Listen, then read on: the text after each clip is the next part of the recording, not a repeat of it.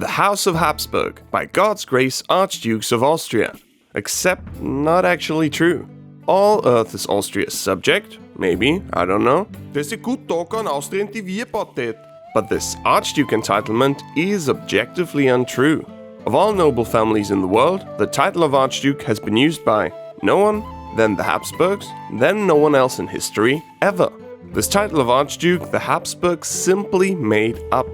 No, I'm a duke. No, I'm an Archduke. Hello. More precisely, he did. This is Rudolf IV of Habsburg, Duke of Austria, and the same Rudy Quattro has a problem. It's 1356, and Rudy, plus his entire Habsburg clan, get a massive slap across the face from Charles IV. Ruler of the Empire, Holy Roman, actually German, but they're still clinging to the good old times when those Middle Italian sandal chads were in charge. Emperor Charles IV writes this really important book, even better than Harry Potter the Prisoner of Azkaban, called The Golden Bull, because of the gold seal hanging from it like a literary mononut. Bull from bulla, that's Latin for no idea, look that crap up yourself, wouldn't want people to say I taught you anything. The book lays the ground rules of how this whole holy and Roman, but actually German, empire should work. Who can imprint their dopey face on hard currency, who can extort protection money from Jews like a mafia capo, and most importantly, who can elect the emperor. That's right, elect.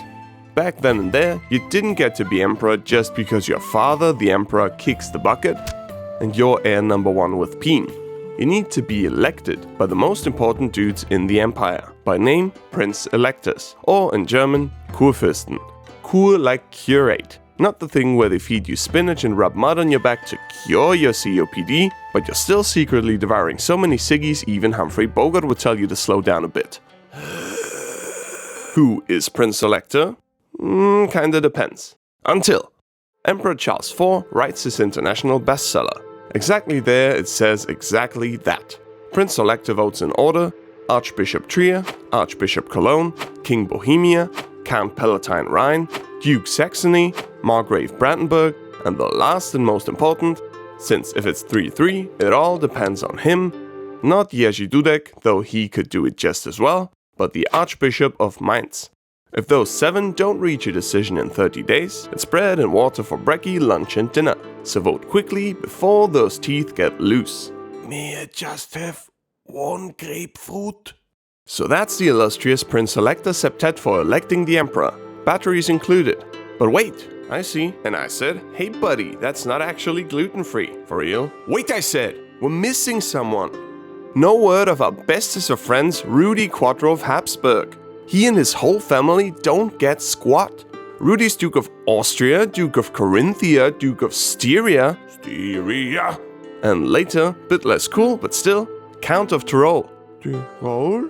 And Rudy doesn't get a Prince Elector seat. Even his father-in-law, the King of Bohemia, clinches one, and Bohemia's not even German. He does have the advantage of also being the emperor, the dude who literally wrote the book on all of this. Let us drink to me. But even a Count Palatine of the Rhine gets a Prince Elector seat, and he's just a rundown little count with a dominion that, on a map, pretty much looks like diarrhea. Rudy's not happy about that. Not at all. But then he strikes up a plan. A sinister, sneaky, you could even say, wild plan. Oceani Undecim, not even close. 1360, Rudy presents the emperor with a piece of parchment. Huge old thing, about 3 by 3 feet.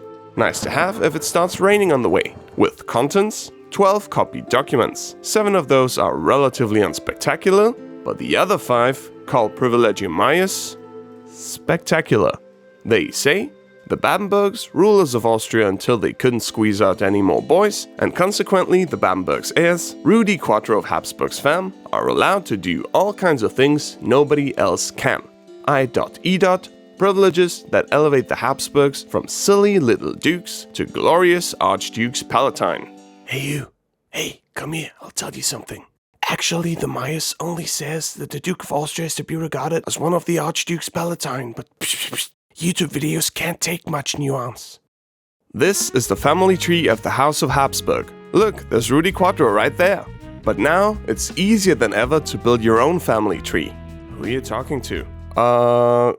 This video is sponsored by MyHeritage. MyHeritage allows you to build your own family tree within minutes, and no matter how much information you put in, it always stays neat and clearly laid out. Believe me, that's worth a lot. A few years ago I tried building my own family tree manually. I thought, I know how to lay out things in illustrations, how hard can it be? Well, hard. But not with MyHeritage. You put in the names and dates and bam, you're done. And did I mention MyHeritage has loads of tools to do your own family research? Well, not yet, but... Cause they do! They got instant discoveries suggesting people to add to your family tree. And they got 36 billion records you can dig through to find out more about those people. I got this one hit where I found out that my great-grandfather, a bus driver, had his fully loaded bus get stuck at a rail crossing, the train approached, and the only way for him to avoid a catastrophe was to blast through the barrier. Got him into a newspaper and everything. And 75 years later, I can still read about it. If you want to find out fascinating tidbits about your ancestors or build your family tree in just a few minutes, click the link in the description or use the QR code on screen right now to try MyHeritage for yourself and support my channel. Now, just imagine you're the emperor. Your dissatisfied, power-hungry son-in-law shows up at your doorstep with centuries-old lost documents saying that the popular salad dressing scholar and opener of abdomens, the OC, original Caesar, Gaius Julius, and Nero, and a bunch of Roman German kings and emperors bestowed upon him and his family and his territory never before seen extremely far-reaching privileges. I mean, what do you say to that? No, I don't think so. Tie this dum-dum to the rack. Is not what the emperor said. Instead, like, strike that, rewrite that, strike that, keep that, strike that, and so on. Super calm stays Emperor Charles IV, except with one thing. Since the Privilegium Maius, Rudy runs around with a crown, calling himself Archduke Palatine. This can't happen, because crowns are only for the big kahunas, those whom nobody can tell anything. Crowns are worn by emperors and kings, that's it. Now Rudy is calling it a hat, but with its points and arch and cross, that hat looks pretty crowny. On top of that, Archduke Palatine is the perfect footstool for our elector titleless Rudy to reach Prince-Elector eye level. Arch amplifies things, like Arch-Conservative or Arch-Liberal. And Arch and Elector titles you only get as 1+1 combos. The Count Palatine of the Rhine is Prince-Elector and Arch-Steward, the King of Bohemia is Prince-Elector and Arch-Cupbearer, and Rudy Quattro of Habsburg is not a Prince-Elector, but is an Archduke Palatine, one of them. From weak, shaky, clearly beneath the electors, to strong, confident, equal to the electors. So the Habsburgs just received a major letdown from the emperor when all of a sudden they shoot up to elector level. Lucky them. Only problem? The Privilegium Maius documents aren't legit. Rudy had them drawn up out of thin air, written down in perfect calligraphy, then artificially aged. Meaning folded, flattened, moistened, folded, dried, flattened. That alone isn't convincing enough though, so he takes the Privilegium Minus, a 200-year-old real imperial document that upgraded Austria from a margravate subordinate to Bavaria to its own independent hereditary duchy. One of the most important documents in Austrian history. Breaks its gold seal, takes it off, puts it on one of the 5 fake documents, with moderate success. What? That crack's been there all along! And returns the real one to its chemical building blocks. Great, good job. The emperor's not happy about all that Arch-Palatine hubbub. Not at all. He says, Rudy, Archduke Palatine Rudy, Archduke Palatine Rudy. Yes, just stop. What? Rudy, Archduke Palatine. I'm sorry, stopping right now. Not Archduke Palatine, just Duke, Duke Rudolf IV of Habsburg, just Duke. I'm sorry, dear Emperor, Emperor Charles IV, I'm sorry. Self-promotion is followed by imperial demotion. Archduke Palatine gets cut, but the Arch Rudy loves more than a mad Roman architect, so just when the emperor isn't looking, calls himself Rudolf IV of Habsburg, Archduke of Austria. The end. Except no, I lied. Cause why is our beloved ruler of Austria-Hungary, Emperor Franz Joseph, fit as a fiddle and thanks to peace and plenty, popular as never before with all subject peoples of his domain, still using that same title of Archduke? Editorial deadline 27th of June 1914. Because after Emperor Charles IV sets Rudy Quattro straight, something else happens. he drops dead. Not right away and not because of that, but at some point.